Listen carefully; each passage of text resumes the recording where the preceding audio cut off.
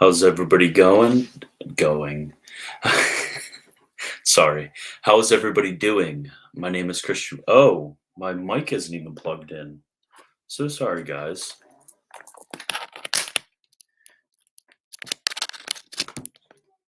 Hope that. Yep, my mic's my next. The I can speak today. My mic is connected now. Man, this has been a rough start to this stream.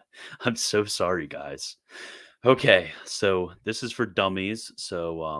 I've decided to become a dummy and not know how to speak and not plug in my mic. I'm just kidding. So, if you guys want more resources when it comes to this topic I'm about to cover, which is going to be called the notions of being, then I will later be having a live stream for my patrons where I go over a different text and kind of explicate a certain aspect of this a little more. If you guys are interested in that, patreon.com/militant Thomist. It's a patron of any amount. So if you guys feel so led and want to give me $1 a month, I'd prefer you give me more, but $1 a month, I appreciate it. And get plugged in, get access to other articles and videos and other channels on the Discord. And that's really helpful to me. And then also, speaking of Discord, I always do it. I always stress it. So I appreciate you guys joining the Discord. I'll put in the chat right now. Okay. Now, I've actually made a slideshow for you guys today. I hope that helps a little bit pedagogically to understand the things that I'm talking about, give you a little bit of a visual representation. And this is going to be a shorter video, probably only like 15, 20 minutes. I'll take some questions at the end if you have any. But I would suggest, since this is such a short video, that you guys do some review, because this is going to be over quite a few months before I go through all of metaphysics. Okay, so the notion of being. So we talked about last time that certain object of metaphysics, which is being, but we didn't really go too deep into defining what exactly it means to have being or to be being. So, when we speak of being, being cannot actually be properly defined or described. It can't be properly defined because when we think of what a definition is, there's what's called the genus and then the difference. So, so this writing utensil is a pencil, is a pen. So the genus is it's a writing utensil, and then the specific difference is that it is a pen. But when it comes to being, from the fact that it is universal and the fact that everything that is being, it can't really be defined. Then it also can't be described. Because if we're thinking about the way in which we properly describe something, we describe something with clearer notions, but nothing, classically speaking, is clearer than the notion of being. So, how am I going to even define or describe being to you? Well, we can speak improperly. So, think of being as the intersection of essence and existence. So essence is the what, and then existence is the is or that. So when you think of really, according to the notion of words and specifically how that word being is formed, it's just a form of the word is. It's the isness of the thing, if you want to think about it that way. And these are some very not too concrete definitions, because being is a really hard concept to understand. Being is much less defined or anything like that, and more so intuitively experienced. Because I have being, this pen has being, this mug has being, this can of white monster has being, everything has being and is really being. So, so it's something which is very difficult to understand, but it's also paradoxically very easy to intuitively grasp if you want to think about it that way. So it's helpful when we're talking about being to separate it into different categories of being, so we can understand a little more what we mean by being. Okay, so now there's certain divisions of being right here. So on the top we have being, And then if we go down here to the right, there's what's called being of reason. So when it comes to being of reason, those are those things which only exist or only have being in our mind. They don't exist in the real world. For example, if you think the example that Grenier gives is genus. So the idea of genus is a certain category of things. So with certain categories of things, they don't actually exist out in the real world.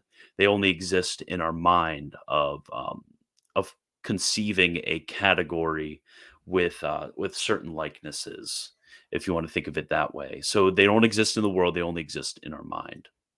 And on the other hand, we have real being, which rather than existing in our mind, those are those things which exist in the world. And then between the two, we have what's called possible being. So real being is split into actual being and possible being. So with possible being, those things that don't really exist outside of our mind per se, which just means according to being. So it doesn't exist outside of our mind, but um, it can exist out of our mind. So let's say we think of a unicorn. A unicorn is a well, actually, a unicorn wouldn't be a possible being. If you think of you owning a horse, I'm assuming none of you own horses. So if you don't own a horse, think about the fact that you own a horse. It's possible that you own a horse, but it's not actual. So that would be a possible being. And on the other hand, a being of reason would be something like a unicorn. A unicorn exists in our mind, but it doesn't exist in the world and couldn't exist in the world. Okay, then on the other hand, actual. So actual are those things which have existence outside of our mind. That's being which exists outside of our mind, which we kind of already went over. And this further is split into two categories. Finite being, which is almost everything we experience is finite being. And then on the other hand, there's infinite being, which would be God. Okay, now our last slide. I told you guys this was going to be super short. So, essential predicates, essential predicates. So, an essential predicate are things predicated to the essence of a thing. So, for example, if I said, I am a rational animal, rationality and animality are predicated to my essence. But in God, when you think of so the question is whether being is one of those essential predicates. So in the case of God, being is a essential predicate because God's essence is his existence. So when we're predicating being to something, we're predicating it essentially that it has existence. If you're I can understand that that might be a little bit confusing, but I hope you're trailing with me. So in God, since his essence is his existence, then being is an essential predicate. But in creatures, we're not beings in ourselves. We have being from another. We have being from God. And this being is by participation in the eternal being, which is God. So it isn't an essential predicate in us. And then this is also shown in the fact that we may either have being or not have being. We are what's called contingent, where God is necessary.